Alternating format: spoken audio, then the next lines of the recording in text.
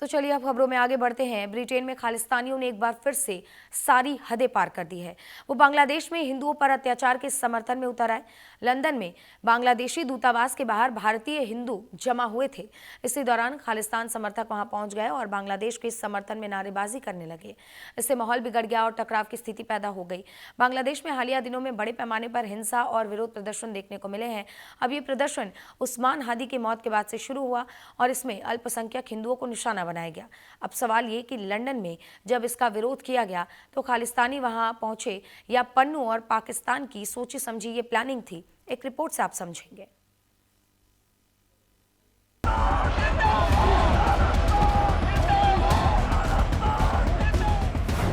London में हिंदुओं का प्रदर्शन, खालिस्तानी कट्टरपंथियों ने डाली रुकावट।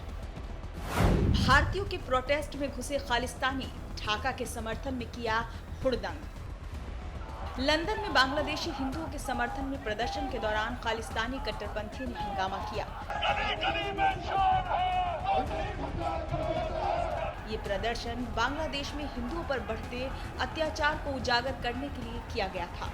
लेकिन इस प्रदर्शन के दौरान बवाल तब देखने को मिला जब खालिस्तान समर्थक बांग्लादेश के समर्थन में वहां पहुंच गए और भारत विरोधी और मोदी विरोधी नारे लगाने लगे।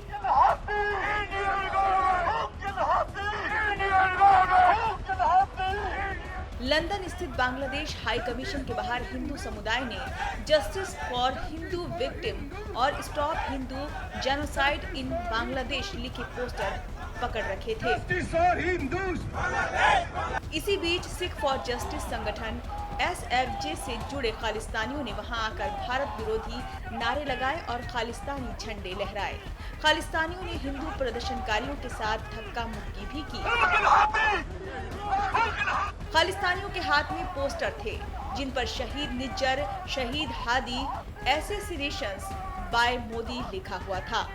पोस्टर में प्रधानमंत्री मोदी की तस्वीर पर माला चढ़ी हुई थी। इस घटना ने ये सवाल खड़ा कर दिया कि वे बांग्लादेश में हो रहे अत्याचारों के खिलाफ आवाज उठाने वाले अभियान को रोकने के लिए इतनी बेचैन क्यों हैं? कहा तो ये भी जा रहा है कि ये पाकिस्तानी ही थे जो खालिस्तानी भेष में बवाल करने पहुंचे थे। उधर हिंदू प्रदर्शनकारी बांग्लादेश में अल्पसंख्यकों की रक्षा की मांग कर रहे थे। वे भारत से बॉर्डर खोलने की अपील कर रहे थे ताकि बांग्लादेशी हिंदू हिंसा से बचकर भारत आ सकें। प्रदर्शन में दीपू चंद्र दास और अमृत मंडल की लिंचिंग का जिक्र किया गया।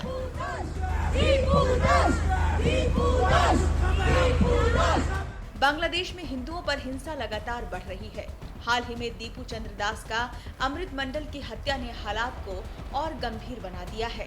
हिंदू समुदाय इस्लामी भीड़ की हिंसा से बचने के लिए भारत से मदद की गुहार लगा रहा है।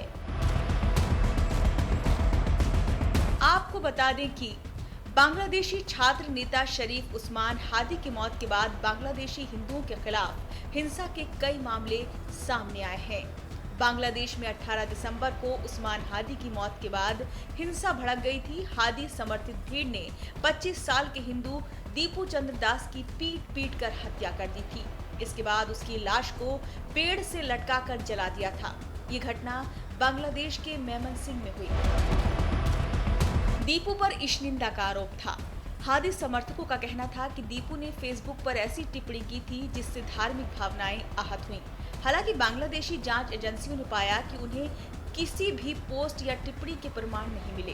बांग्लादेश की पुलिस ने दीपू की मौत के मामले में अब तक 18 संदिग्धों को हिरासत में लिया है। इसके बाद अमृत मंडल की हत्या की गई। इतना ही नहीं, बांग्लादेश में कई हिंदुओं के घर जला दिए गए।